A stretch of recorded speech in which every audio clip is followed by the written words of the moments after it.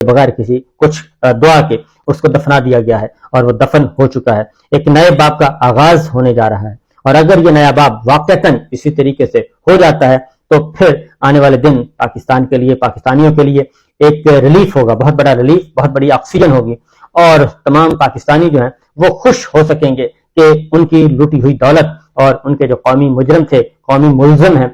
ان کو معاف نہیں کیا گیا، بلکہ جو NRO-2 ہوا تھا جنرل باجوہ اور ان کے حواریوں کے درمیان، اور 16 مہینوں میں جو پاکستان کی حالت کی گئی اور پاکستان کی اکانومی کا ستیہ ناش کیا گیا، پاکستان کی معیشت برباد کی گئی، وہ تمام کے تمام مقدمات جو کہ اس سے پہلے ختم کیے گئے تھے ایک NRO-2 نیب ترامیم کا ایکٹ پاس کر کے راتوں رات، اور تمام ملزمان نے، تمام مجرمان نے جو کہ خود اس کے بینیفیشری تھے، وہ انہوں نے جو کچھ کیا تھا وہ سپریم کورٹ آف پاکستان اس کو قلعدم قرار دے چکی ہے، اور سپریم کورٹ آف پاکستان کے فیصلے پر عمل درآمد شروع ہو چکا ہے۔ آج نیب ہیڈ کوارٹر میں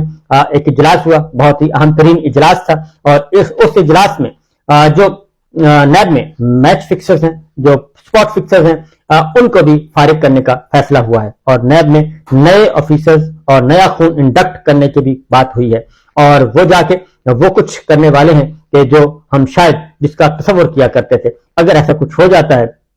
تو پھر ہم بھی اس مہم میں ہم بھی اس کے انشاءاللہ شانہ بشانہ ہوں گے، لیکن بشرطے کہ اس بات کی گارنٹی ہو جائے، ضمانت ہو جائے کہ واقعتاً اب کی بار NRO-3 نہیں آئے گا، اور ان تمام دولت لوٹنے والوں کو کیفر کردار تک پہنچایا جائے گا۔ اب تک کی جو اطلاعات آ رہی ہیں، جو خبریں آ رہی ہیں، وہ بہت ہی اچھی ہیں، اور سپریم کورٹ کے فیصلے کے مطابق اس کی روح پہ مکمل عمل کیا جائے گا، اور وہ واقعتاً وہ کہتے ہیں کہ جی کسی بھی سیاسی جماعت سے کسی کا بھی تعلق ہوگا اس کو سپیئر نہیں کیا جائے گا۔ اس سلسلے میں جو چیزیں ہمارے سامنے آئی ہیں وہ بڑی ہی خوفناک اور بڑی ہی خطرناک قسم کی ہیں، اور جو اجلاس میں فیصلے کیے گئے ہیں اس کے مطابق جی 450 سے زائد پارلیمنٹیرینز، ہاردویئر سروس اور ریٹائرڈ افسران اور پرائیویٹ کاروباری حضرات نیب کے راڈار پر آ چکے ہیں۔ میں نے آپ کو بتایا تھا کہ تقریباً 1200-1400 ارب روپے کے مقدمات جو ہیں وہ داخل دفتر کر دیے گئے تھے، اور ساتھ ہی ساتھ تقریباً 448 مقدمات تھے جو کہ اس نیب ترامیم کے بعد داخل دفتر کر کے واپس کر دیے گئے تھے اور کارپٹ کے نیچے ڈال دیے گئے تھے، اور ان کو ردی کی ٹوکری میں ڈالنے کی تیاریاں کی جا رہی تھیں۔ لیکن چیف جسٹس عمر عطا بندیال صاحب، جسٹس اعجاز الحسن صاحب، ان کو کریڈٹ جاتا ہے کہ انہوں نے سارے پریشر جو ہیں وہ برداشت کیے، اور گالیاں بھی سنی، دھمکیاں بھی سنی، اور اپنے بے فخری بھی برداشت کی، لیکن انہوں نے اس فیصلے کو کر کے گئے ہیں۔ اور اسی لیے نواز شریف صاحب کی جو تقریر تھی اس میں جنرل باجوہ اور جنرل فیض کے ساتھ ساتھ ان کی تو سمجھ آتی ہے کہ ٹھیک ہے جی انہوں نے تو ایک غلط کام کیا ہے، اور ایک NRO-2 ڈرائنگ روم میں بیٹھ کے یہ ساری ساز باز کی، ان کا تو سمجھ آتی ہے، لیکن جو بات ہے جسٹس اعجاز الحسن صاحب کو خاص طور پہ اس میں کیوں شامل کیا گیا؟ جسٹس اعجاز الحسن صاحب کو خاص طور پہ اس لیے شامل کیا گیا کہ وہ اس میں مینج نہیں ہو سکے، نہ ہی عمر عطا بندیال صاحب وہ مینج ہوئے، نہ ہی جسٹس اعجاز الحسن صاحب مینج ہوئے، اور انہوں نے یہ نیب ترامیم کو قلعدم قرار دے کے یہ فیصلہ دیا ہے۔ اس لیے نواز شریف صاحب کی تقریر میں خاص طور پہ جسٹس اعجاز الحسن صاحب کا ذکر آپ کو ملا تھا کہ جناب ان کو بھی ہم کیفر کردار تک پہنچائیں گے۔ تو میرا خیال ہے کہ میسج جو ہے لاؤڈ اینڈ کلیئر جا رہا ہے۔ 450 سے زائد کیسز ہیں جی، وہ آ گئے، وہ دوبارہ ری اوپن ہوں گے، اور 1809 ریفرنس انویسٹیگیشن، انکوائریاں اور شکایات دوبارہ کھل گئی ہیں، اور جو سمجھ رہے تھے کہ جناب یہ جو چیزیں ہیں یہ شاید بند ہو گئی ہیں، 700 ارب روپے کے مبینہ کرپشن کیس کھول دیے گئے ہیں۔ یہ 700 ارب نہیں ہے جی، یہ 1200 ارب روپے کا والیوم ہے، ٹوٹل والیوم 1200 ارب روپے کا ہے۔ اور نیب ترامیم قلعدم ہونے کے بعد سابق 7 وزرائے اعظم اور 14 وزرائے اعلیٰ کے کیسز بھی بحال ہو گئے ہیں۔ بالکل یہ سارے کے سارے جو فیصلے کیے گئے نیب کے ہیڈ کوارٹر میں 78 وزراء ہیں، 176 پارلیمنٹیرینز ہیں، 114 افسران کے کیسز کھلیں گے، 460 ریفرنس، 270 تحقیقات، 456 انکوائریز اور 623 شکایات کی تحقیقات دوبارہ شروع ہوں گی۔ لیکن ہم یہ صرف یہ کہہ رہے ہیں کہ یہ ذرا تیزی سے ہونی چاہیے، اور اس کو اب پیچھے نہیں ہٹنا چاہیے، کیونکہ یہی ہے اصل میں پاکستان کی اکانومی کو برباد کرنے والے کون کون ہیں۔ پاکستان کی اکانومی کو برباد کرنے والے یہی جو پولیٹیکل، یہ سیاستدان بھی ہیں، یہ تاجر بھی ہیں، یہ ساری ٹوپیاں انہوں نے ایک ہی چند خاندانوں نے پہنی ہوئی ہیں۔ یہ چند خاندان جو وہ سیاستدان بھی ہیں، یہ تاجر بھی ہیں، یہ صنعت کار بھی ہیں، یہ کاروباری بھی ہیں، یہ اسٹاک ایکسچینج والے بھی ہیں، یہ سارے کے سارے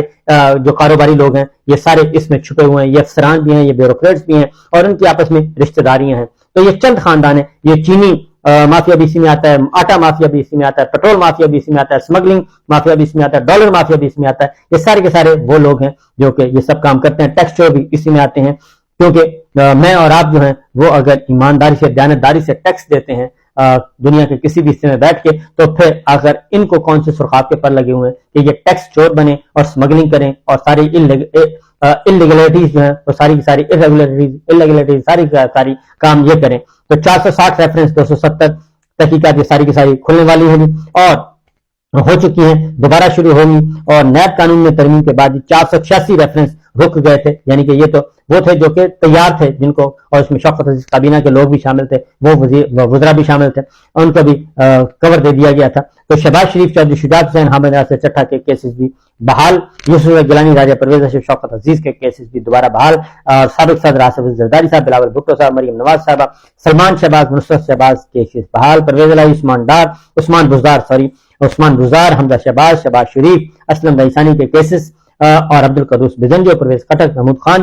दोनों वज़रा जी, परवेज खटक साहब और महमूद खान साहब, जो कि इस वक्त आज कल पीटीआई पार्लियामेंटेरियन की छतरी थले छुपे हुए हैं। कायम अली शाह, मुराद अली शाह और मंजूर भट्टो साहब, हैदर आजम होती, मालिक बल्लोच, सनाउल्लाह जहरी, ख्वाजा आसिफ आतिफ खान, ख्वाजा साद रफीक, सब्तैन खान, इनके मुकदमा बाद में शहरान तरकई, खुसर बुख्तार, हासम जवां बख्त, नसरुल्लाह दरेशक, हिना रबानी खर के मुकदमा दी। और इसके साथ साथ जाली अकाउंट्स, पार्क लेन, चौधरी शुगर मिल और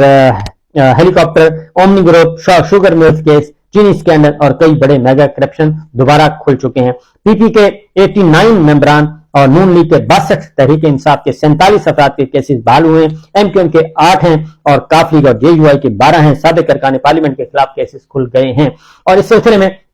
जो हमारे पास एक्सक्लूसिव न्यूज है उसमें नैब के अंदर जी जो नए लोग जो हैं, नए ऑफिसर जो हैं, वो इंडक्ट किए जाएंगे और जल्द ही उनको ले लिया जाएगा और वो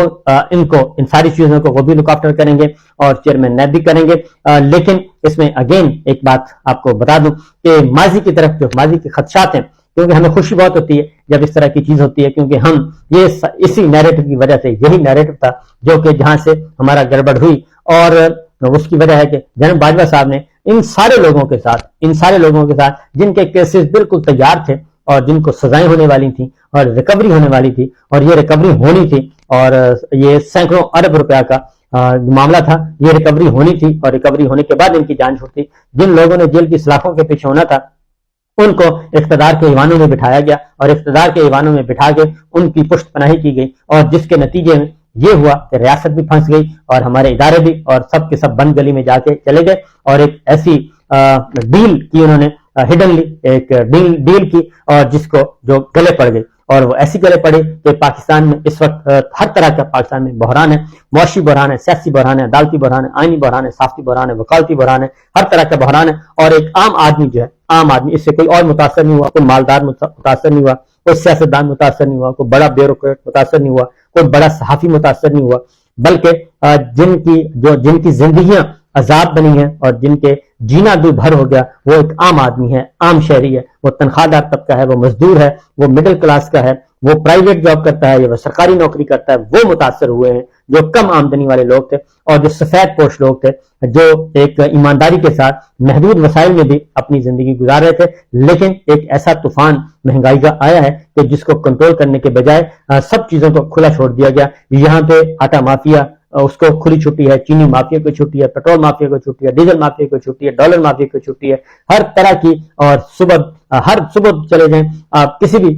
शहर में है, किसी भी जगह पे हैं, सुबह एक चीज की कुछ और कीमत होगी, दोपहर को कुछ और होगी, शाम को कुछ और होगी। और एक जरिए मुल्क है, जरिए मुल्क होने के बावजूद हमारा फल फ्रूट सब्जी ये भी जो है वो आम आदमी की दस्तरस से बहुत दूर निकल चुका है। लोग सिर्फ देख सकते हैं, फल को खा नहीं सकते। दालें सब्जियां हर चीज महंगी हो चुकी है, दूध तक महंगा, यानी कि वो हमारी कुव्वत खरीद ही कम खत्म हो गई है। तो ये सारी चीजें जी,